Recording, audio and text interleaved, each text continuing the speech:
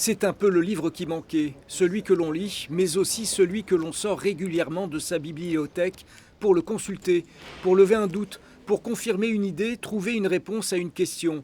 C'est un peu un dictionnaire des événements de la ville de Metz qui se sont déroulés dans les 30 premières années du XXe siècle, un livre que l'on peut amener avec soi là où l'événement a eu lieu. Il faut savoir que les Japonais étaient avec nous pendant la guerre de 14-18, ce qui a amené le prince Hirohito, prince impérial du Japon, à venir à Metz le 23 et 24 juin 1921.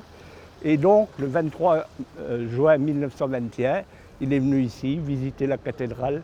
Et donc, Monseigneur Pelt lui a fait les honneurs de lui montrer la cathédrale ainsi que les trésors. Un an de travail et plusieurs années de recherche ont été nécessaires à Jean-Claude Bérard pour mettre en forme ce livre. Historien local passionné, il sait ce qui se cache derrière chaque façade, chaque grille, chaque coin de rue à Metz. Alors Jean-Claude, c'est quoi ce bâtiment? C'est l'hôtel des impôts, mais ça n'a pas toujours été ça. Ça a été un très grand hôtel à l'époque de Guillaume II, entre les deux guerres. Et c'était un hôtel de haute gamme, donc des personnalités, des maréchaux, ils venaient dormir ici. Il y a les monuments cachés, mais il y a aussi les monuments connus de tous, les incontournables que l'on voit, mais dont on ignore souvent l'histoire, comme cette statue de la Vierge, place Saint-Jacques, au centre de Metz.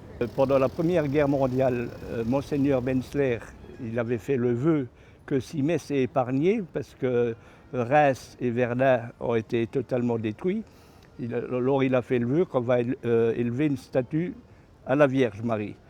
Malheureusement, on l'a expulsé en 1919.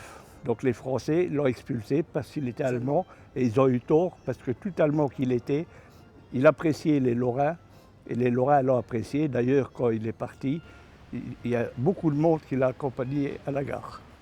Le Tour de France cycliste est né en 1903.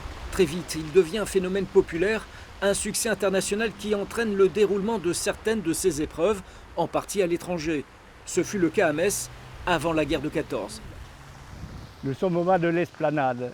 Et donc, le 7 juillet 1910, il faut savoir qu'on a eu l'arrivée du Tour de France. Mais nous étions allemands à l'époque. Et c'est la dernière fois que Guillaume II a accepté, parce que la Lorraine sportive, ils ont joué la Marseillaise et des airs français. Donc on a pu faire le Tour de France ici, parce qu'il est passé plusieurs fois avant 1910.